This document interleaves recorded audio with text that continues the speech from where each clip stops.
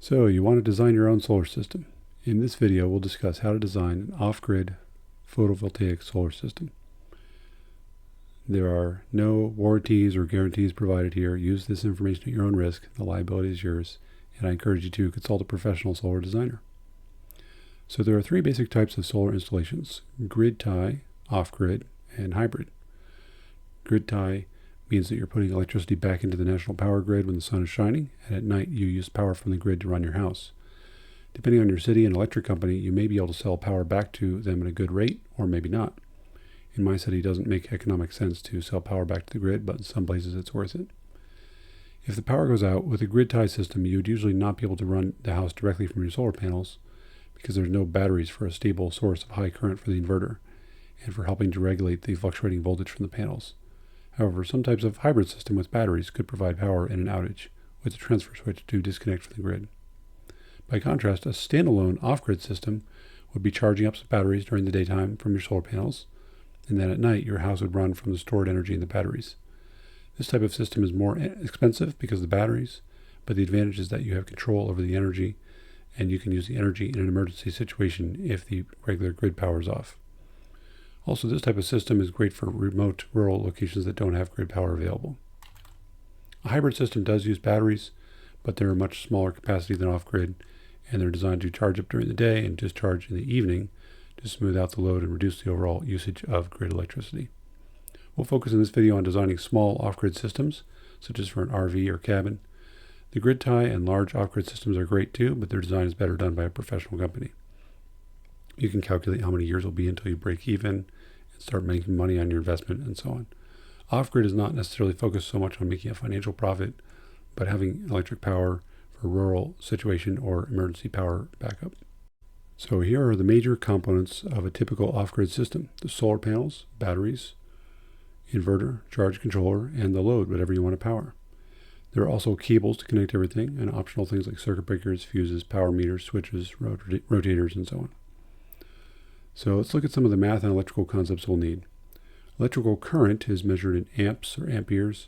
It's basically how much electricity is flowing through the wire, sort of like water flowing through a pipe. An amp is 1 coulomb per second flowing by. A coulomb is a certain standard amount of electric charge. Electrical voltage is like it's like kind of like water pressure in a pipe. It's related to how much potential energy is available to do work when you connect the wires. Voltage is measured in volts. Power is how much work is being done over time. The power is calculated as voltage times current, and it's measured in watts. So if I connect a 120 volts to a refrigerator, and the refrigerator draws 2 amps of current through the wire, that'd be 2 times 120, or 240 watts of power being used. Energy is an amount of work, and it's calculated as power multiplied by time. It's officially measured in joules, but a common unit in solar calculations is watt hours or kilowatt hours. Of course, kilo means 1,000. So if your refrigerator was using 240 watts, and it ran constantly at that power for a quarter of an hour, that'd be 60 watt hours of energy used. Ohm's law for resistors is a very useful formula that allows you to relate the voltage and the current if you know the resistance of what the current is flowing through, whether it's a cable, a heating element, a motor coil, or whatever it is. It says that the voltage across the resistor equals the current through the resistor times the resistance, which is measured in ohms. Next, let's start talking about the batteries. So one unit you'll often hear is amp hours, which is a measure of battery capacity. It's very simply calculated as the amount of amps of current the battery can supply multiplied by the time it can supply that much current. So if you have a battery that can put out 5 amps for 10 hours, that'd be a battery capacity of 50 amp hours, or and so on. For rough calculations, you could just multiply the current times the time to get amp hours. So 50 amps for 1 hour would also be 50 amp hours, or half an amp for 100 hours would also be 50 amp hours. The capacity in amp hours is often abbreviated as capital C, which is also used to talk about the charging rate in amps. So kind of be careful what what quantity you're thinking of if you see capital C. So if I had a 100 amp hour battery and I was charging at a rate of 10 amps, we could say I'm charging it at a rate of 0.1 C, 0.1 current per 10% of the actual capacity. And the same would apply to discharging as well. The faster you try to push current in or out of a battery, the more problems you'll have with overheating or shortening the battery life. So it's better to charge or discharge slowly, keeping the current much below the C capacity rate, such as 20% or 10% if possible. It's good to learn ballpark estimates of how much current things draw. For example, a 60-watt light bulb running at 120 volts would draw half an amp, as you can calculate with the equation power equals current times voltage.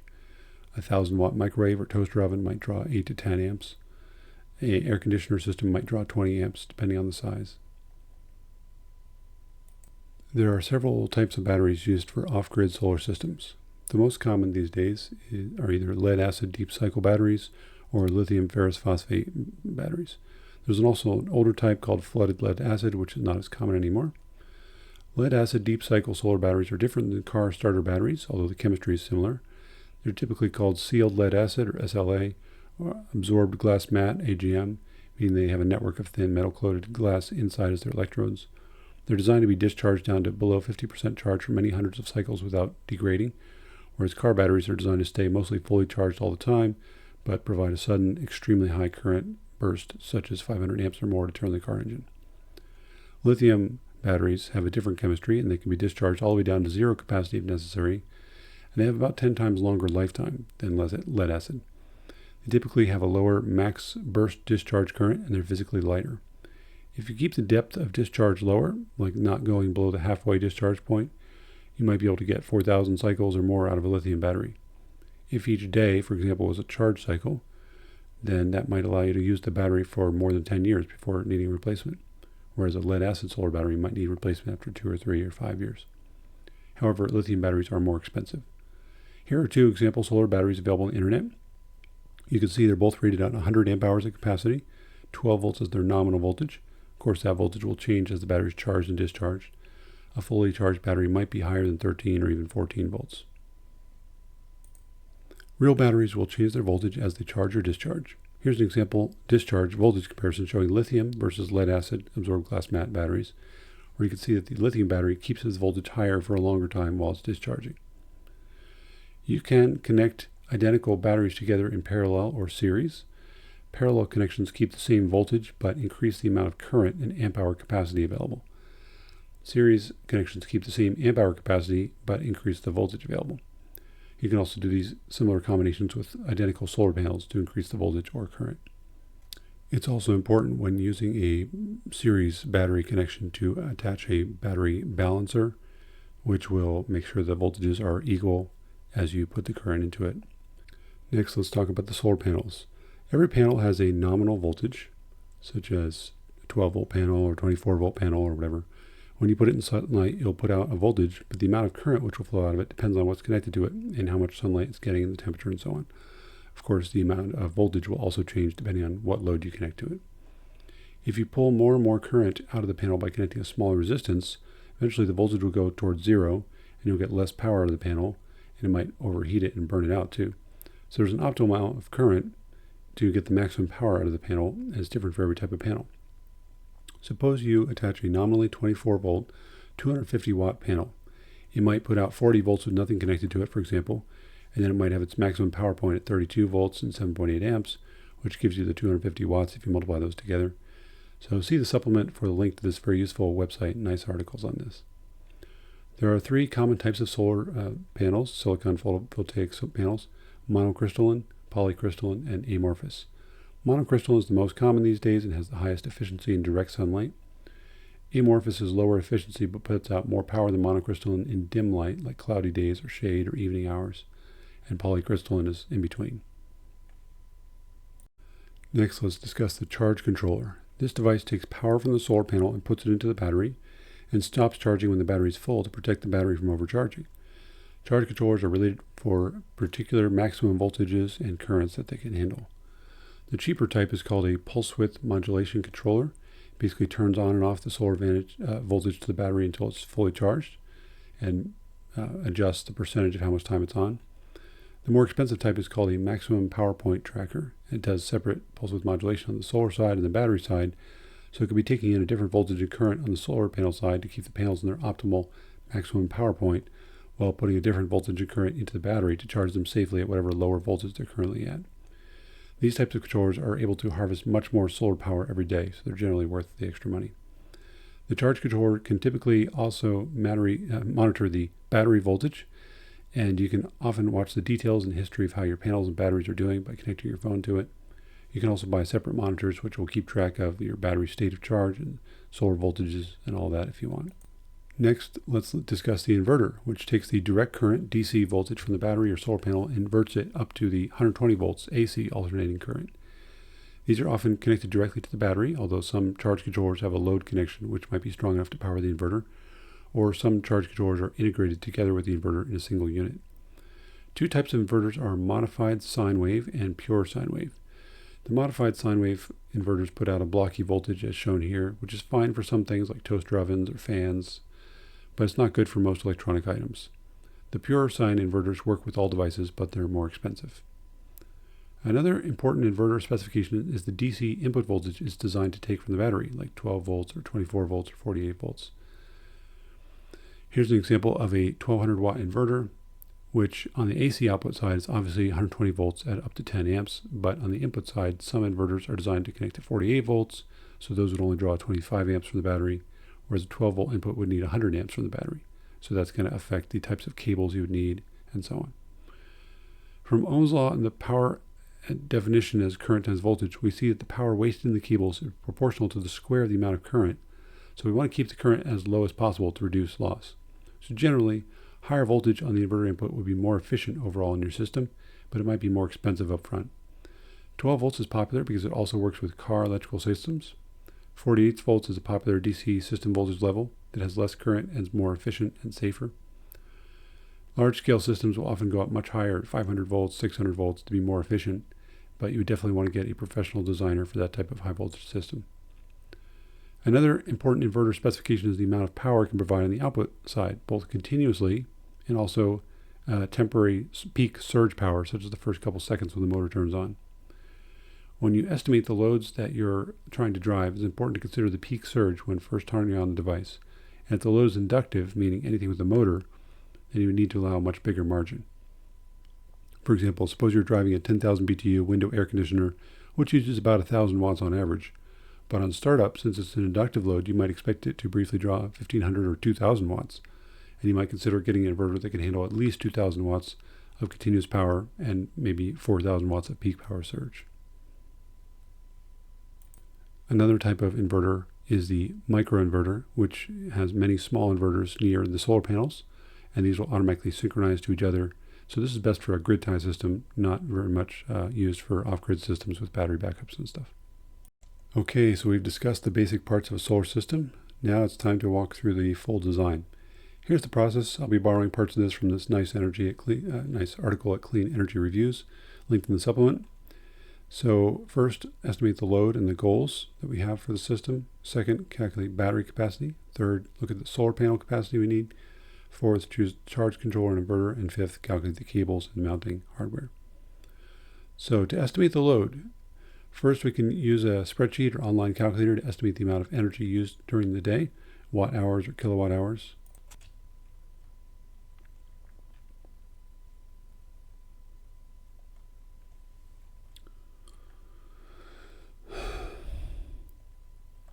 So the next step in our design is to calculate the battery capacity. Suppose we choose lithium ferrous phosphate batteries and aim for discharging them no more than 80%. Also, we would want to have twice as much capability so we can last for 2 days without a good charge as a buffer in case there's rainy days. So you could apply that factor at the end if you want. Otherwise, you could just do the 1 day. Of course, you could also choose to use less power on rainy days. So there's a lot of options and choices you could do here. For example 1, let's choose a 12 volt battery voltage for a cheaper, smaller starter system. We'll apply the 80% depth of discharge factor, divide by 12 volts, we get 73 amp hours as our needed battery capacity. So you could get by with one 100 amp hour 12 volt battery, although to be safe you could increase this. Currently these batteries are available for $200 to $400 depending on manufacturer reputation and so on. For example 2, let's say we choose a 48 volt battery configuration. This will give us more voltage, less current, which would be better for our system. So the calculations give us about 306 amp hours. So if we relax our 80% depth of discharge factor a little bit, we can get by about 300 amp hour 48 volt battery bank, which we can make with 12 of the common size 100 amp hour 12 volt batteries, or 6 of 50 amp hour 48 volt batteries, Or you could buy 4 280 amp hour 12 volt batteries for a slightly smaller bank. See the supplemental links. So there's a lot of ways you can make these battery banks, and the overall cost is probably between $2,500 to $3,000 with current prices. For example 3, we calculate 952 amp hours. There's different ways you can make this large bank. I'd probably round up in capacity because this scenario is using a lot of energy. So if we put 16 of the 280 amp hour 12 volt batteries into a 4x4 series parallel configuration, that would give us a little more than 53 kilowatt hours, which would provide a good buffer. You could also look at a standalone wall mounted battery, which would be a little more expensive, but it's a nice single unit. You wouldn't have to worry about all the wiring between the batteries. It would use less space. So overall, this is looking at somewhere between $8,000 to $10,000 dollars of batteries in today's prices. Here are some example 12 volt, 100 amp hour batteries, lithium batteries. You can see there's quite a bit of difference on the prices depending on the name brand and where you get it from, and if you get discounts and so on. So there's a lot of options for this. Next, let's calculate the solar panels we would need to fill these batteries every day. We'll assume worst case winter conditions, but there's a lot of variables such as what latitude you live in, the angle of your roof or other mounting area, whether you use fixed mounting or moving tracker mount, whether you have any shade on your panels, and so on. In my opinion, you should oversize the solar panels as a buffer against cloudy days. It's rare to get the full rated power out of the panel. Usually one might get only 80% or less depending on the angle of the sun and the temperature and so on. So we could size these either by watt hours or amp hours if you're using a maximum power point tracking charge controller. One rule of thumb I've heard that sometimes uses the 20% rule to calculate how many solar panel watts are required to produce 20% of the battery capacity in amps. See the links provided in the supplement for more details. So for this example 1, with this method, we need 73 amp hours, which we rounded up to a 100 amp hour battery. So apply the 20% rule, we need enough panels to supply 20 amps. Suppose we use 250 watt 12 volt monocrystalline panels, such as this one from New Power. And this is shown here. This can produce about 10 amps. So there's lots of other good panel options. This is just one option. So we need 2 of these panels to get up to 20 amps. Another way to size the panels would be to estimate how many hours of direct sunshine the panels would get and calculate the watts we need. So suppose we estimate that in the winter they would get 3 to 5 hours of direct sunshine, understanding they might get more hours of light, but the light from the sun would be coming in at an angle, so not full power.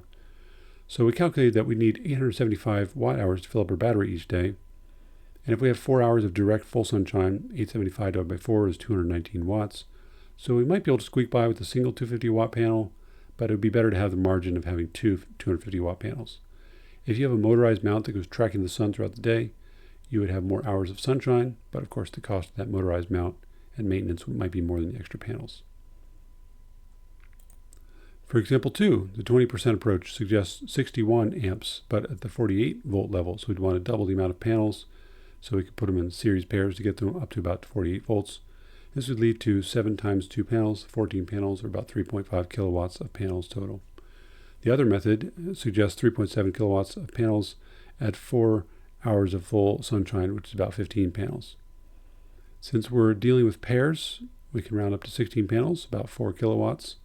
Instead of pairs, we could also put them in series strings of 4 panels each for higher voltage and lower current if we wanted to. And then for example 3, we would estimate 40 or 46 panels with those 2 methods. And I went ahead and added the approximate costs for the higher panel count estimates at today's prices, so you can see those here. Next, we could choose charge controllers for each of these examples.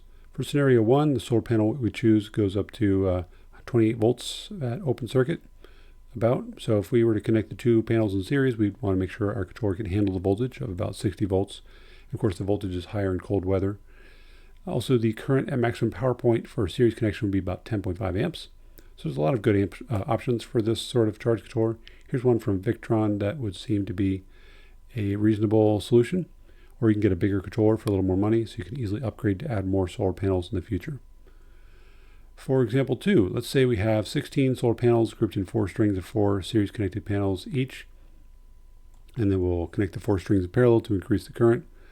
The spec sheet says the panels could go up to 27.28 volts open circuit max, but suppose we put some buffer because the voltage might rise in cold weather. The panels might put out up to 30 volts, let's say. So with the 4 in series, that'd be 120 volt max. The current at the maximum power point is 10.5 amps. So with 4 strings in parallel, that could get up to 42 amps. So here's a Victron controller that looks like it can handle this. It's got the 150 volt max and 60 amp max, so it should be able to handle that. And it can also work with the 48 volt battery voltage configuration. For example 3, this is about 3 times bigger than example 2. You definitely want to get a professional to design that system. I'll share a few thoughts, but again, I'm not experienced enough to give more than a rough ballpark estimate on this. We have between 40 to 46 panels. There's several ways we could arrange the strings of panels, depending on the charge controller. If we go for a higher voltage, we could get lower current, which would allow us to use smaller, cheaper cables. Suppose we went for 44 panels, arranged in 4 strings of 11 panels each. At 30 volts max, 10.5 amps max per panel, that we combined 330 volts max and 10.5 amps max from each string. And we could combine the 4 strings together in parallel to get 42 amps, although with such large powers, that would probably not be the ideal way to combine this. It'd be better to use a charge controller that can handle separate MPPT trackers on each string. But with the simplistic parallel combination approach, the Victron controller shown here could probably handle this load and includes 2 independent MPP trackers. So for about double the price, you can get a larger version which has 4 independent MPP trackers. So if your 4 strings of solar panels were installed on different roofs at different angles, or some of them had shade while others were unshaded, you can optimize each string separately and get the maximum efficiency, maximum amount of power transferred into your batteries. There's lots of other options, Morningstar, TriStar, 60 amp controllers, and many other options. Next, let's choose the inverters for our examples. For scenario 1, we just need something that can handle at least 250 watts. I recommend getting something bigger, at least 500 watts, so you're ready in case you need to handle a little bit of a larger load. Here's an example inverter for $70 that should work. For scenario 2, we need at least 3,000 watts capability and of course pure sine. If you're willing to spend more, you might want to look for a good reliable name brand such as Renogy or Victron or some of these others. Here's one in the middle that has the necessary specs, but I suggest it might be better to oversize the maximum capability inverter so you're not stretching it to the max all the time. So the one on the left looks better to me because it can go up to 4,000 watts to handle any peak surges, and that's 4,000 continuous. The one on the right is even higher power, 5 kilowatts continuous up to 10 kilowatts peak surge, but it's much more expensive. So for now, I'll proceed this design with the one on the left. For scenario 3, you definitely want to get a professional designer to help. There's a lot of high-powered whole house off-grid inverters, as you can see in this nice review article. I might suggest for this purpose SMA Sunny Island 6 kilowatt inverter, but you could pick other options too. And these inverters can be stacked together for increased power. The next step in our design is to size the cables and the mounting hardware, depending on if it's going in the roof or on a ground mount somewhere. Generally, you want the cable runs to be as short as possible to get less voltage drop, but you also need the panels to have a good view of the sun. For battery cables, you want short, thick cables that can handle high currents to the inverter. I typically use AWG gauge 2 or 4 for those cables to handle more than 100 amps with no problem. For cables to the solar panels, depending on how much current is going through them, suppose you have 30 amps or less, then if the length is not too long, you could use a AWG 10 gauge wire. Otherwise, you can go with a larger wire. Your local professional designer can help you make sure everything is safe. Solar panel connections typically use a MC4 waterproof locking connector, which is very convenient and easy to use, and it's polarized, so it helps you to get the positive and negative connections correct. So adding up all of our price estimates, example scenario 1, somewhere between $650 to $1,100, depending on the options. Example 2, $8,200. Example 3, $28,000. These are very rough estimates, plus or minus 20% maybe, depending on a lot of options. So let's look at a few miscellaneous tips as we're concluding this series on batteries. And I'm taking these from several good tutorial articles that'll be linked in the supplement. Keep your battery temperature under 45 degrees Celsius, even better under 30 degrees Celsius if possible, and definitely above 0 Celsius. They will not work well below freezing. You might have to have heaters and such. Some batteries actually have built-in heaters. Keep your charge and discharge currents under 0.5 of the capacity.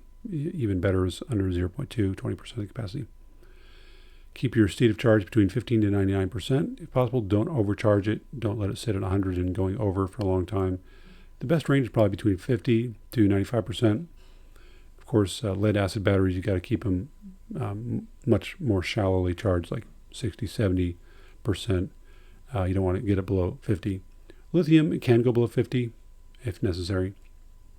Probably better to keep it above 20%. Okay, and design slightly bigger capacity than you'll think you'll need. So this will allow for lower depth of discharge and longer life. Be careful to find trustworthy battery vendors. I've heard stories of people, especially in Africa, but it could be anywhere, who buy batteries that they think are new batteries, but they're actually old batteries, used batteries near the end of their life. They don't accept a charge very well anymore, and someone had just put a new label on them, and then they don't work very well. So you got to find a trustworthy battery vendor. You may need to test batteries before buying them, something like that. The solar panels typically have protection diodes on the back to protect against reverse polarity, so that if nearby panels are shaded or something, the ones that are shaded will not get burned out by the reverse voltage going across them. Of course, we need to avoid going over those voltage ratings, so keep the diode ratings in mind as you're putting together your strings, and think about what would happen if nearby panels got shaded. Do we have the properly rated diodes to protect these strings? Consider using fuses or circuit breakers to protect against overcurrent. Typical places to put these would be between the panels and the charge controller, between the batteries and the charge controller, and then between the batteries and the inverter. Now, a lot of these devices will have fuses or circuit breakers built in, but many of them will also not, and you'll have to put those in separately. Two more important tips. If you're mounting inverters outside, keep them on the side of the house that's shady in the afternoon, not the sunny side, otherwise they'll overheat. And always connect the batteries to the charge controller first before you connect the solar panels. This is a common problem. I've burned out charge controllers by doing this, but hopefully this will not be you. Don't just connect your solar panels directly to the charge controller. You got to always connect the batteries first to protect the charge controller.